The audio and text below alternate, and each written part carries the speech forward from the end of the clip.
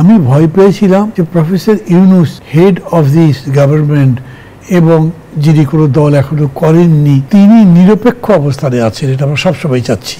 উনি গিয়ে জাপানে বললেন একটা দল আছে বিরোধিতা করে, বাকি সব একদিকে, which was not a statement of fact. এইটা ভয় পেয়েছি।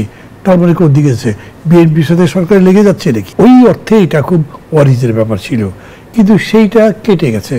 এখন হয়তো আমি এরকম করে বলি, বরফটা গলে গেছে, পানিও করতে শুরু করেছে, তো পানি চলবার সময় উঁচু নিচু ঢাল তো আছে, সেরকম জায়গাগুলো আটকাবে। কিন্তু আশা করি এবং এ ধরনের বিশ্বাসও করি যে এগুলো আমরা পার হয়ে যেতে পারবো, এবং তারই সম্ভাবনা দেখছি।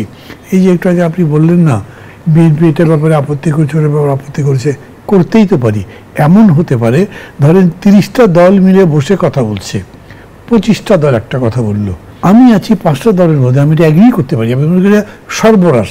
এখন আমি আপনার কাছে বলছি, ভাই আমার কিন্তু এই ভিন্ন মতটা আছে, এটা রাখেন, আপনি নোট করেন, হিস্ট্রিতে থাকুক, মানুষ জানুক। আমি যদি ভুল প্রমাণিত হই, আমি এগ্রি তো করছি, আপনাদের এটাকে সমর্থন করছি with this note of decide, যাতে পরে যদি ভুল হয় আমি বলতে পারি দেখো আমি ঠিক বলেছিলাম, তোমরা বিবেচনাটা করনি।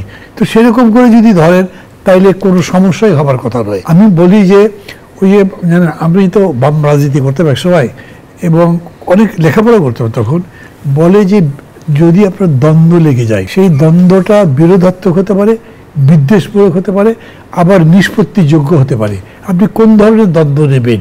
আমাদের এখানেও দ্বন্দ্ব 3 ধরনের হতে পারে, যেটা বিরোধাত্মক হতে পারে, সংঘর্ষমূলক হতে পারে, আবার যেটা নিষ্পত্তি সম্পন্ন হতে পারে। এখন পর্যন্ত আমি নিষ্পত্তি অযোগ্য কোনো দ্বন্দ্ব দেখি নাই।